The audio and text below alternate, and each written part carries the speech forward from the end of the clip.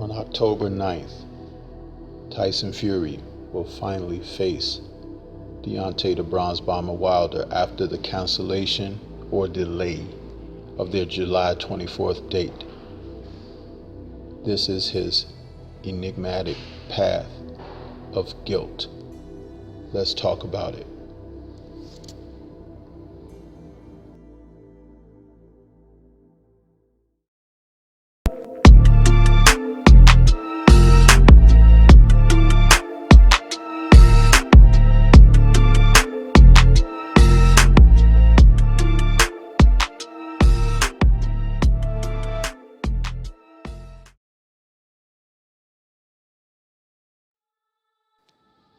Tyson Fury has declared himself the Gypsy King. The gentleman boxer who has a record of 30-0 and 1 with 21 KOs lives up to that moniker more than you know. With his questionable antics in and out of the ring for now a career, Fury appears to be one person that is as guilty in the sport of boxing of unethical behavior and performance than we've seen in a number of years.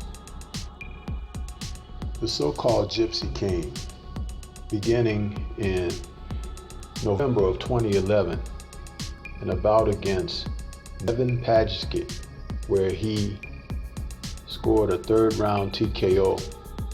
Fury found himself on the canvas for the first time in that fight, and after many years, Pashkick has come forward claiming that he felt something was awry during their fight.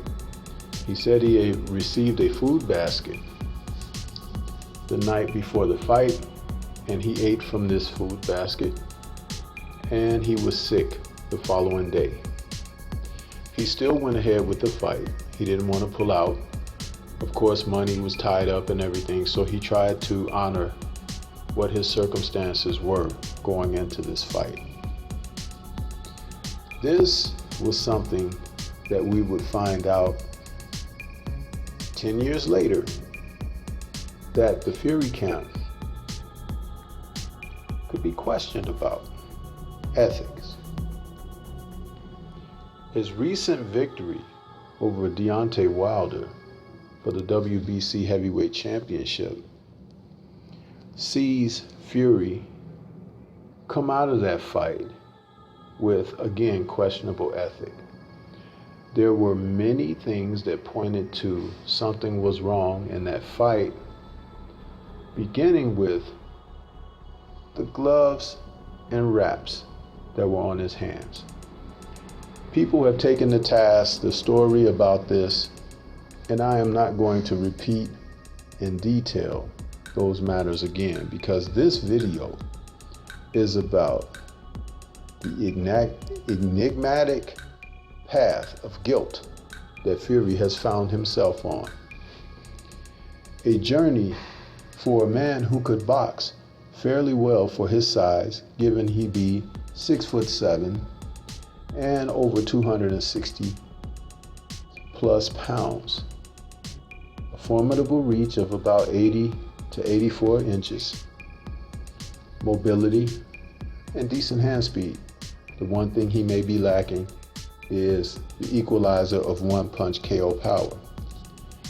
But if you go back to his November 2015 fight against Vladimir Klitschko, then unified champion, Fury scored an upset victory over Klitschko, and in that fight, he had a point deducted in the 11th round for hitting Klitschko in the back of the head.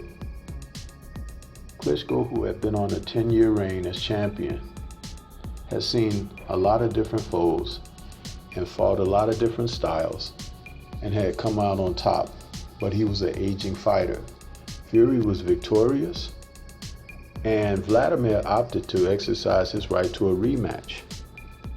Fury never gave him a rematch.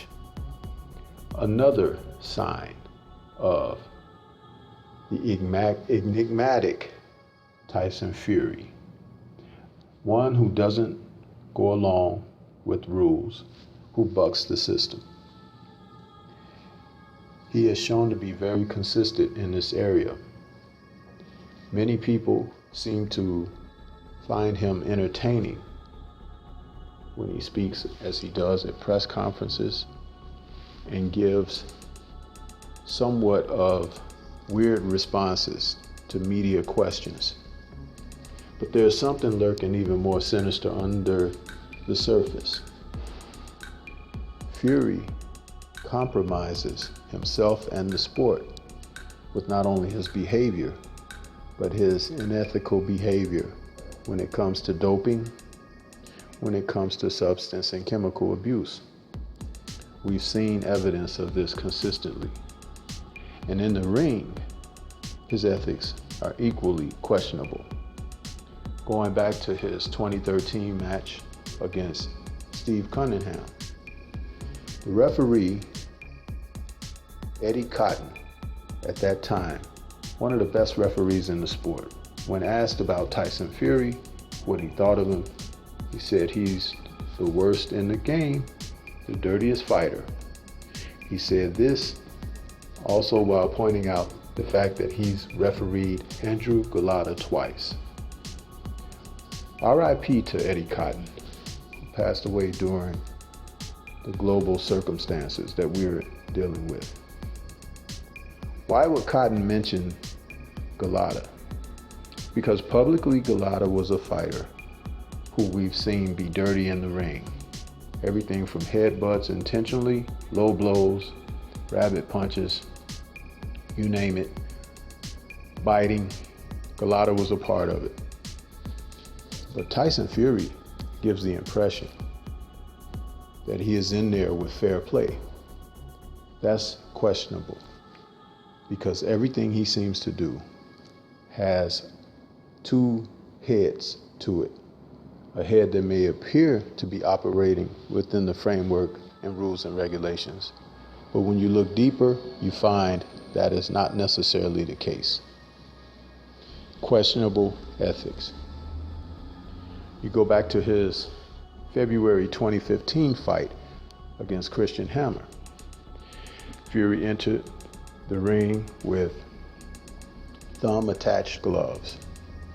And just before the ring announcements, inside the ring, a referee who was checking his hands, his gloves, found that Fury's thumbs were detached.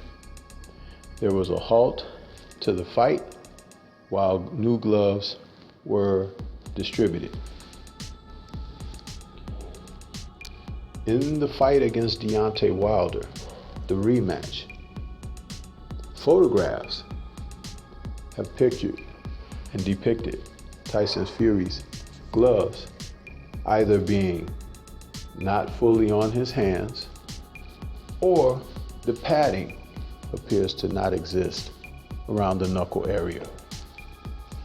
These things cannot be denied. Photos have proven it. Film has proven it. Nothing photoshopped. The sanctioning bodies have yet to investigate, and people are usually on one side or another regarding this situation. And that's primarily because the commissions and sanctioning bodies haven't stepped in to do their jobs, leaving it for mere speculation without investigation. Fury has chosen to make light of the circumstances, even ridiculing Wilder when he spoke ill of it. But Wilder clearly has evidence of something being wrong. Physical damage that physicians have been able to determine they are not consistent with the sport of boxing. The man is still allowed to fight. He's still allowed to go out. And most recently, with the cancellation of their July 24th match, he pulled out several days before the bout, citing COVID had entered their camp. Now, whether that was true or not, he was just seen mere days later out in public, commiserating with people with no mask, and seeming to celebrate himself for not having to go through his obligated match that was scheduled for the 24th of July. The ethics. We talk about these things because no one else does. But when you see this man coming toward this fight, you have to question exactly what is his motivation. He said recently in an interview conducted in the UK, $80 million is what he would have to pay as a fine if he did not go through with this contractually obligated third fight. Interesting. $80 million for a thief, for someone who stole something, didn't earn it outright, and has trampled on the integrity of those who try to walk in truth in the sport. This type of behavior is unacceptable. Deontay Wilder, who represented the WBC championship, 5 years in, 10 title defenses before coming across Fury in their rematch, was never given the consideration that Fury has received. An upstanding champion who has walked in truth in the fight and has delivered exciting matches to the public. No consideration whatsoever. Yet and still, Suleiman, the president of the organization, sanctioning body of the WBC, has stated he's not racist.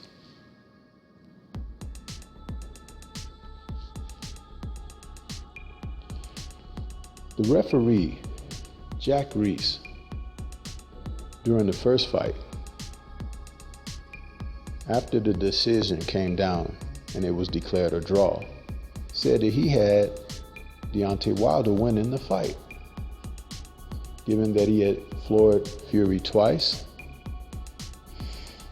and in the 12th round, that second knockdown nearly turned the lights out for Fury, but he was able to get up and finish the bout. Reese still thought that Wilder had done enough to win the fight. You would have naysayers and everyone else, because the decision was meted out as a draw, come about and say that Fury won the first fight too. How? Where? But this is the consensus of a public that has been heavily influenced by a backwards thinking society and the powers that be that shows no integrity when it comes to proper representation. They tried to move forward and go for making a deal, negotiating with Anthony Joshua's camp for a possible unification bout for undisputed, bypassing the fight with Wilder, who was exercising his right to a rubber match. Joshua's camp entertained this, even though they knew that arbitration was underway.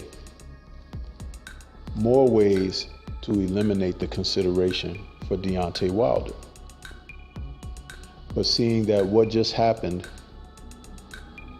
on September 25th with Anthony Joshua losing his titles to Alexander Usyk in a horrible performance that saw Usyk win approximately 9 out of 11 rounds. Joshua has his own problems, and he's going to have to face them. How will he fare? No one knows.